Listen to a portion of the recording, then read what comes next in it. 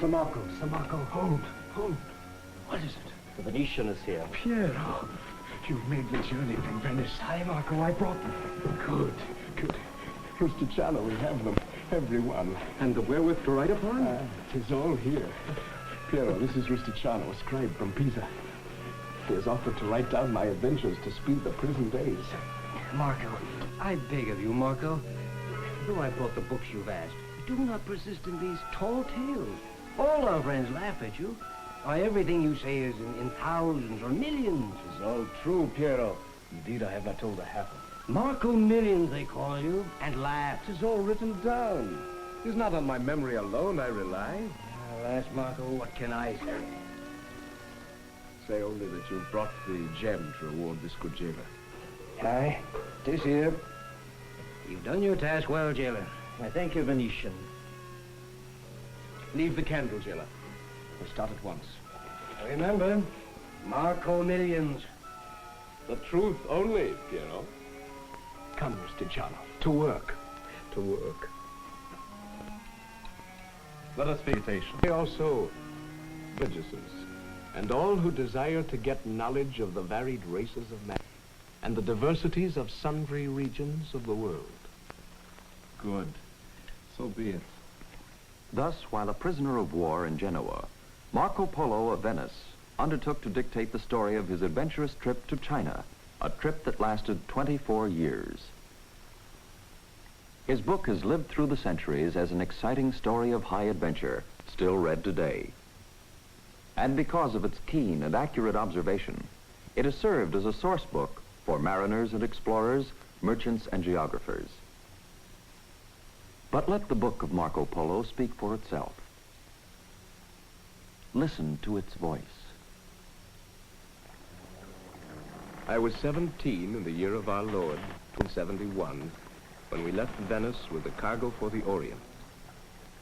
My father, Niccolo, and my uncle, Maffeo, had only recently returned from a long stay in the court of the great Kublai Khan, bringing much wealth to enrich the noble house of Polo, and the safe conduct from the Khan to go back.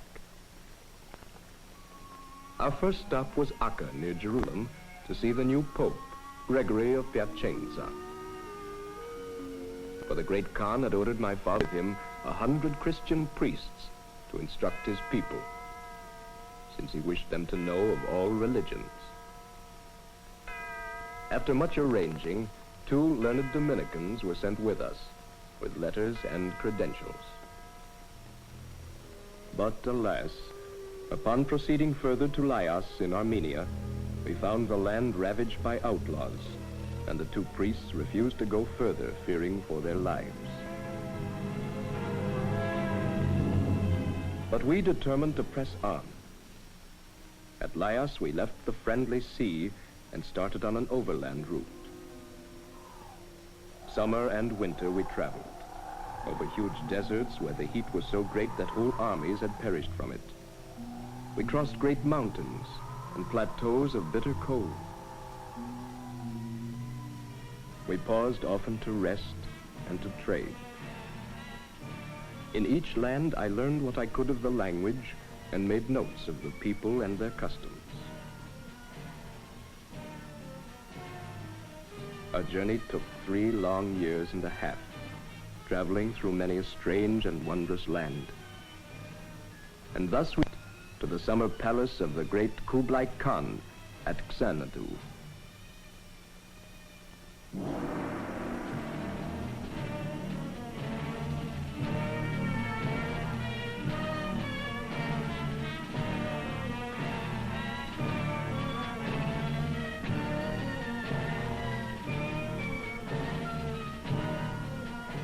Welcome, men of the West. It pleases us that you have honored your promise to return. Great Khan, in addition to ourselves, we bring my only son and your liegeman. He too is welcome. And now, where are the other members of your company?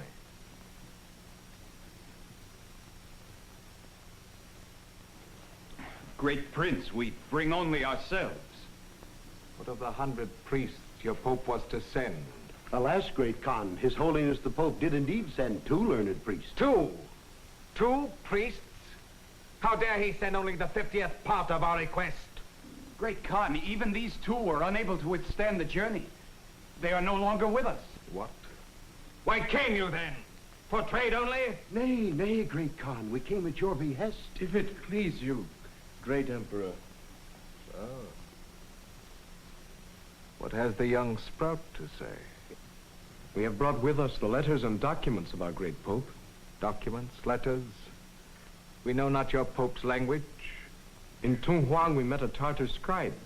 With his help we have set the documents into your own tongue.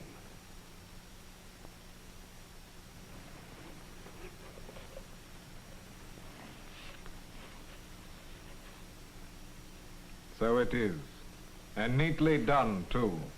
Study these, my wise men.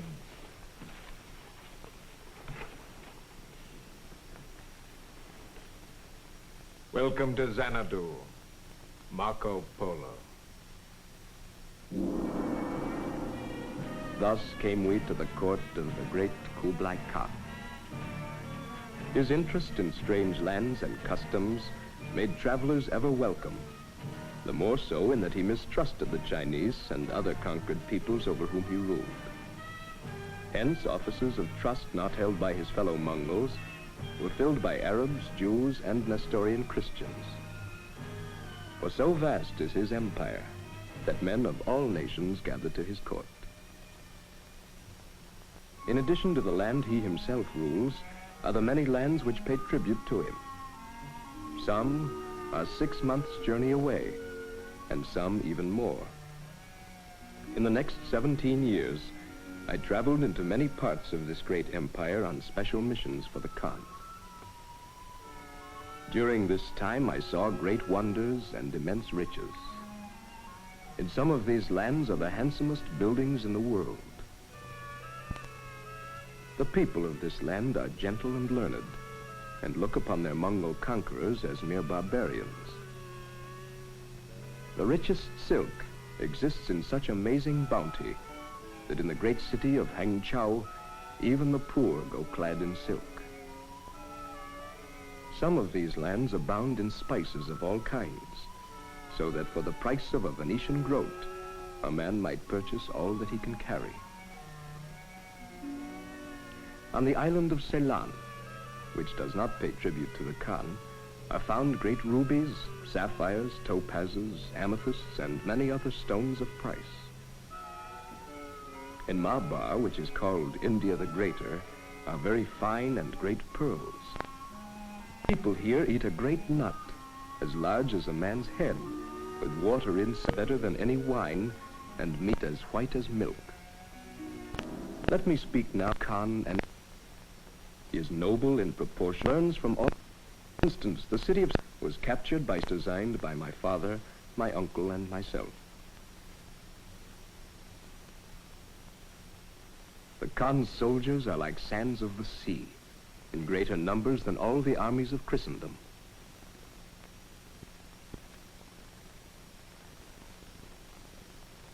They are paid in pieces of paper which are valued as gold, and no man dare refuse this paper money on pain of death.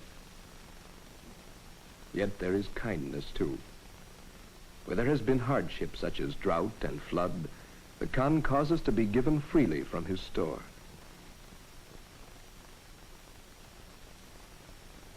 His kingdom is reached throughout by good roads, and the system of fast riders, changing often to fresh horses, can carry news of an uprising 250 miles in one day.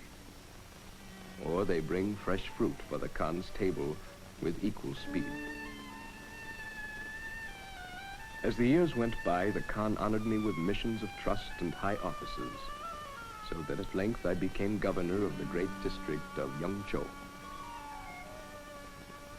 I served in Yangzhou for 3 years, but my heart began to yearn for my native land. Slowly and sadly the river flows on its long journey to the sea.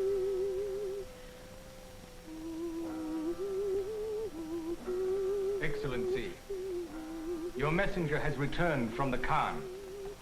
What reply brings he this time?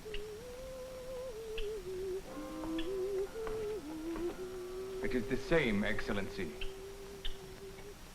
The Khan refuses your request to return to the land of your birth.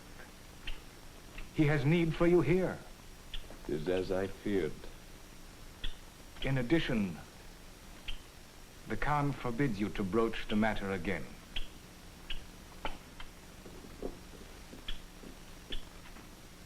Excellency, if I may say it, I am glad that you continue to stay with us. Thank you, Abayan. In truth, my soul is lodged on two sides of this great world. I fear I shall never be in one without yearning for the other.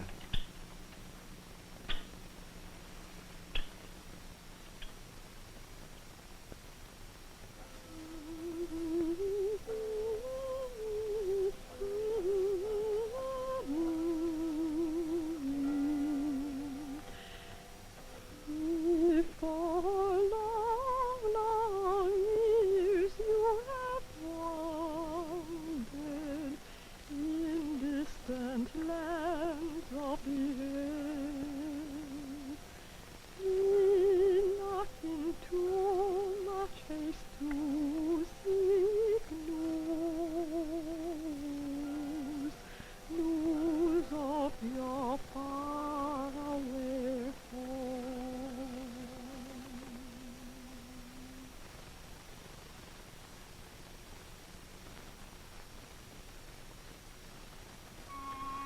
But a strange circumstance opened the way for me, and I was summoned to the Khan's presence. Marco, our Persian cousin has asked for a wife from our court. I have heard of it, great Emperor. We have selected the Princess Kokachin. But we do not wish her to suffer the perils of an overland journey. It is indeed a long and difficult way. What say you, Marco Polo, to a water route? With good ships and skillful sailors, it is indeed possible. Princess Kokachin, my dear, will you entrust yourself to this gentleman? Yes, great Khan. Be it so. Deliver her safely, Marco, for there never was cargo, a millionth part so precious.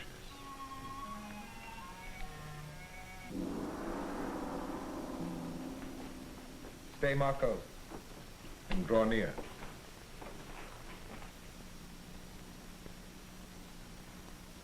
Marco, my friend, I know how you and your father and your uncle yearn to go back to the land of your birth. When the little princess is safe in Persia, you may go on. Oh, gracious Emperor, I thank you from my heart. Are you then so glad to leave us? Joy and sorrow struggle within me, great Khan. Much have I seen through your western eyes, Marco Polo. Through you I have learned that differences though there be, beneath their strange customs, all men are truly brothers. Excellency, I too have learned to see through your eastern eyes. Unknown to us is the free traffic in races and religions which your kingdom permits.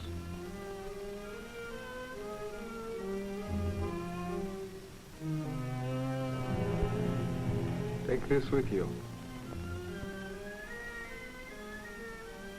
Let its color remind you of our China skies. And in its light, see the glance of friendship of Kublai Khan. Oh, great Emperor. Enough, enough. You have 14 ships to get ready. Fare thee well, Marco Polo.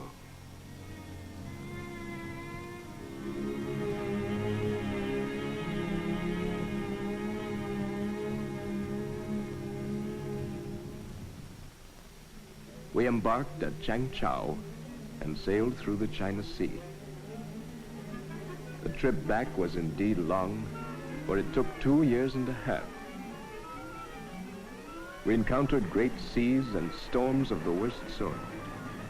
It was a cruel journey, for many died of pestilence and other causes. But my father and uncle and I survived, as did the lovely Princess Kokachin. We disembarked at Hormuz, and after an overland journey in Persia, we safely brought the princess to her court. She was loath to leave us. Indeed, she wept with sorrow at our parting.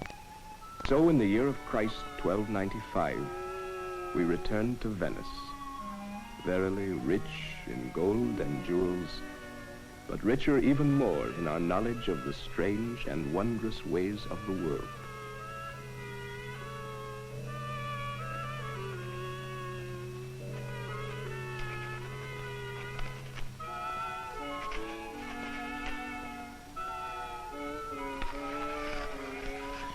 So ends the book of Marco Polo, written in prison. For soon after his return, Marco was captured in a naval battle with the rival city of Genoa. When peace came in 1299, Marco returned to Venice, where he later married and had 3 daughters.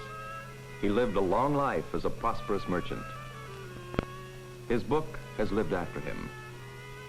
Copied by hand for almost 2 centuries, and in 1477, one of the first books to be set in print.